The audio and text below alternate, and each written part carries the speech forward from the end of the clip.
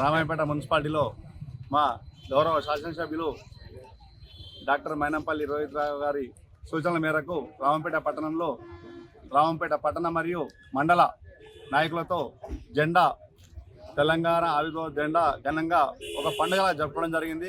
ఎందుకంటే ఆ రోజు మన తెలంగాణ 1969 నుంచి కొట్లాడుతూనే ఉన్నారు.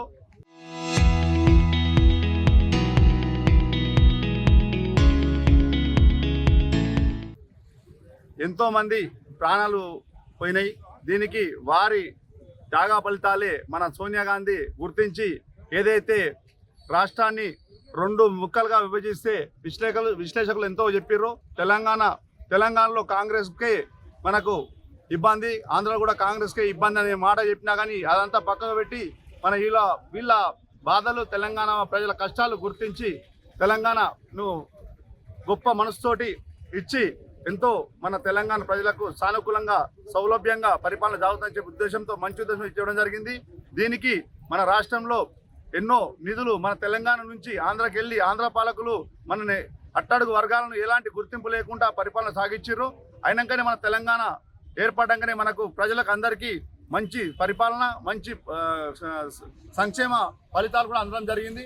దీనికి మన ఏదైతే రాష్ట్ర ప్రభుత్వం రేవంత్ రెడ్డి గారి చేస్తున్న ఈ యొక్క తెలంగాణ రాష్ట్ర ప్రజలకు ఇందిరమ్మ ఇండ్లే కానీ, కొత్త రేషన్ కార్డులే కానీ, ఉచిత కరెంట్ కానీ, ఉచిత బస్సు కానీ ఏదైతే ఉందో అన్ని విధాలుగా మన రాష్ట్రాన్ని ఆదర్శంగా తీసుకొని బయట రాష్ట్రాలు కూడా వాళ్ళు పెడుతున్నారు. ఎందుకంటే బడుగు బలహీన వర్గ ప్రజలకు ఎంతో సానుకూలంగా ఉందని చెప్పి గవర్నమెంట్ పరంగా చెప్పడం జరుగుతుంది.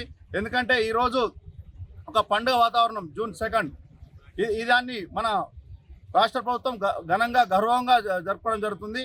జై తెలంగాణ, జై కాంగ్రెస్. తెలంగాణ రాష్ట్ర వ్యాప్తంగా తెలంగాణ రాష్ట్ర అవతరణ దినోత్సవం జరుపుకోవడం ఒక శుభ సందర్భం.